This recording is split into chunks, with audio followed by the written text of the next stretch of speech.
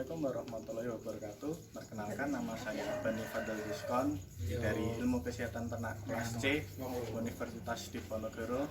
Ingin menjelaskan tentang perkandangan ilmu kesehatan ternak di Desa Melati Harjo, Gajah, Kabupaten Demak.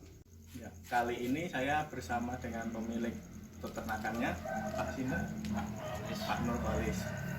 Alamatnya pun ini gitu, Pak. Melati Harjo, RT 1 RW 1. Pendidikan saat dirinya pun sebelumnya D3. pendidikan apa itu? Peternakan di Indaris. Mulai beternak tahun berapa ya, Pak? Mulai beternak ini sejak tahun 2002. Udah di sini, Pak. Sudah di sini. Dapat ilmu beternak berarti dari tadi ya? Dari Ya, kuliah tadi. sebelum itu kuliah sambil mempraktekkan materi yang ada di bangku kuliah. Ya. Di sini jumlah ternaknya ada berapa, Pak? Ini sekitar ada 12 ekor. 12 ekor, sedangkan ada memiliki 2 kandang ya tadi. Ya. Yang satunya berarti Yang 2 kandang, yang satu itu untuk exercise. Untuk cara mengetahui kalau ternak sakit, Bapak mengetahuinya dari mana? Ya, kita dari lihat fisiknya, Tingkah lakunya. ya tingkah lakunya, apa itu lesu. Nah, kita itu pas untuk ngepasnya itu kita telinganya itu kita pegang. Kalau dingin itu berarti dia suhu tubuhnya itu panas. Berarti dia itu agak kurang sehat. Kalau dingin.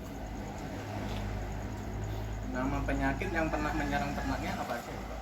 Ya, rata-rata kan itu mencret, terus demam 3 hari itu. Demam panas berarti ya? Ya, itu kan demam lah istilahnya. Seringnya itu aja? Seringnya itu, kalau perubahan musim itu kan cenderungnya ke demam 3 hari. Demam 3 hari. Untuk mengatasi penyakit yang tadi dialami bagaimana? Ya, kita dikondisikan lah, pakannya yang bagus, kondisi kandangnya bagus. Di samping itu kita beri obat-obatan penunjang, vitamin, vaksin. Kalau vaksin enggak. Cuma kan kita beri makanan tambahan seperti apa, mineral, vitamin kayak gitu. Usaha untuk mencegah penyakit dari Bapak bagaimana ya? Pembersihan kandang atau bagaimana? Ya, itu kita 2 bulan sekali lah, 2 bulan sekali kita beri injeksi vitamin. Ya, itu untuk mencegah Penyakit. penyakit. Pakan yang diberikan itu apa saja, Pak? Kita itu pokoknya itu makanan pokok itu jerami fermentasi. Makan tambahan itu ada bungkil kelapa sawit, ada ampas tahu, konsentrat enggak, karena di sini sulit untuk beli konsentrat. Yang lebih mudah itu ampas tahu sama katul. Ya. Waktu pemberiannya? Waktu pemberian itu pagi hari itu comboran. Setelah itu kita beri makanan jerami, sore itu jerami. Berarti 2 kali sehari, pagi dan sore? Pagi dan sore itu jeraminya, untuk combornya 1 kali. Gitu. Untuk membersihkan tubuh ternak, Bapak biasanya bagaimana ya? Kita pakai semprot air. Semprot air saja. Dan cara membersihkan kotorannya yang di bawah itu? Ya, kita soroki, kita ke buang untuk penampungan, karena di sini kan pengolahan komposnya juga sudah mulai jalan. Untuk yang sisa-sisa itu kita semprot saja air, kita langsung mengalir gitu. Terus yang terakhir, untuk cara membuang kotoran yang menumpuk itu di mana? Bagaimana caranya, Pak? Yang menumpuk? Yang menumpuk ya kita habiskan semua. Dibuang di areal ada kan kita pakai ada sekat-sekatnya. Yang untuk satu nanti kita olah nanti ke pembuangan kedua, sekalian kita bolak-balik lah istilahnya untuk pembuatan kompos itu kan 1 kali jalan. Berarti bisa untuk dibuat kompos ada yang langsung dibuang berarti? Dibuang dulu, nanti kan sekalian mindah itu sekalian bolak-balik gitu. Jadi ini enggak kita bolak-balik 3 kali, enggak. Kita pindah, nanti agak kering kita pindah lagi. Mungkin cukup ini saja pertanyaan dari saya, kurang lebihnya mohon maaf. Terima kasih Pak.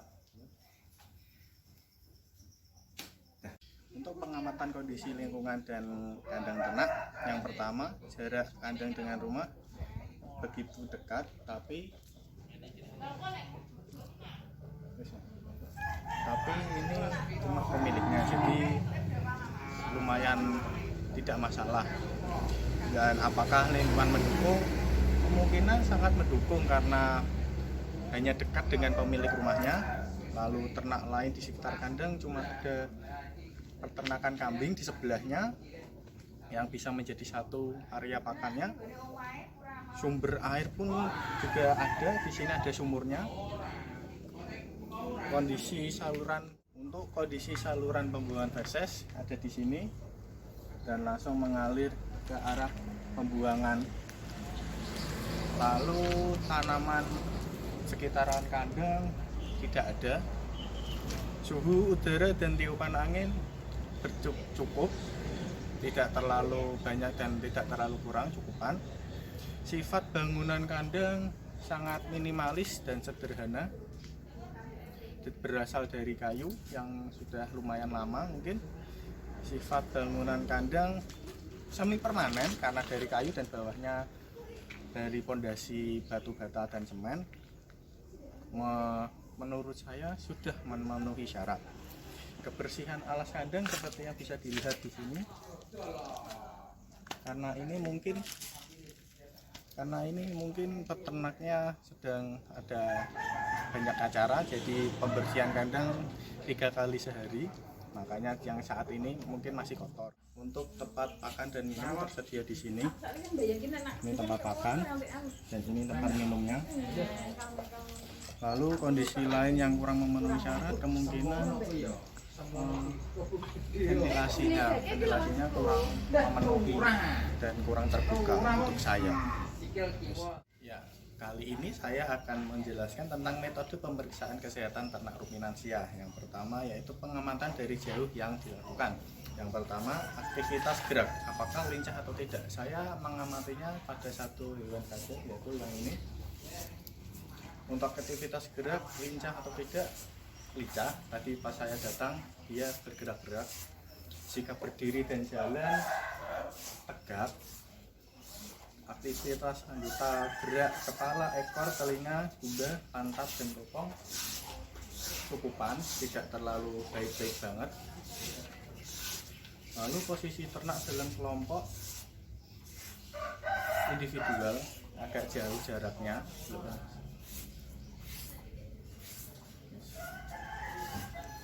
Nafsu makan dan minum menurut sumber dari pembicaraan dari bapak peternaknya, semuanya nafsu makannya cukup baik dan minumnya juga banyak. Untuk pengamatan dari jarak dekat ternak yang dilakukan yaitu sikap tanggap terhadap kedatangan pemeriksa, tenaga atau mengawasi atau curiga. Untuk sapi yang ini yang saya pilih ini sikapnya cukup mengawasi atau sangat curiga ya. Ketika saya dekati dia langsung menghindar. Kelainan yang nampak dari pemeriksaan jarak dekat kemungkinan tidak ada, cuma agak sedikit kurus. Permukaan tubuh dilihat dari memutari ternak, apakah terjadi kelainan, beberapa luka atau benjolan tidak ada. Kondisi lubang-lubang tubuh, mulut, telinga, mata, anus, alat kelamin dan puting tidak masalah, sangat cukup baik. Lalu gerak pernafasan sangat terengas-engas, mungkin karena saya dekati tidak dada dan perlu bergerak dengan normal.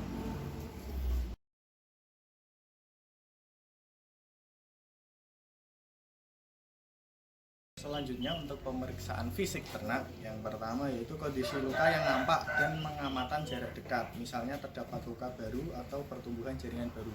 Untuk sapi yang ini tidak ada, sudah badannya baik, dehidrasi atau kekurangan air, tidak, karena tadi sudah dipenuhi pakan dan minumnya.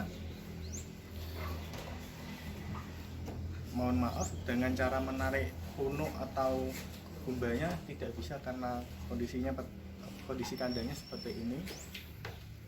Agak susah untuk langsung mempraktekkan mencabut dari punuknya.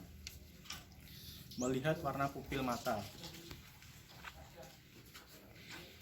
Warna pupil matanya tidak begitu putih, tidak begitu cerah warnanya, agak sedikit kemerahan di sekitarnya, tapi tidak masalah. Untuk menghitung denyut nadi dan memegang nadi pada arteri kausikianya untuk saat ini mungkin tidak dapat dilakukan karena dengan kondisi lokasinya, kondisi kandangnya seperti ini. Untuk gerakan rumen, menekan dinding rumen dengan kepala tangan, yaitu diberadakan pengamatan saja. Gerakan rumen di bagian area perutnya tidak masalah. Perutnya mas. Nah, untuk kondisi rumennya tidak masalah, tidak bergerak-gerak sendiri. Sifat isi dari rongga dada dan perut berisi makanan saja, tidak ada yang lain, tidak memiliki penyakit yang bermacam-macam.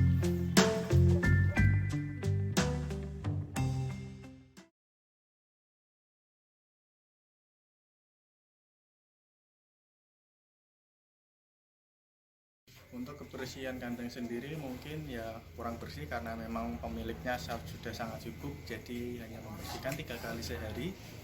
Kebersihan lingkungan mungkin ya juga lumayan kurang. Kebersihan saluran air sudah cukup baik, diberikan air setiap saat. Untuk tempat makan dan minum sudah tersedia sangat baik, tempat minum dan tempat makan. Histoparasit yang nampak, tidak ada parasit yang menempel pada sapi ini semua. Untuk penampungan feses berada di sebelah kandang, yaitu berada di sini. Ini penampungan feses untuk diolah menjadi pupuk kompos.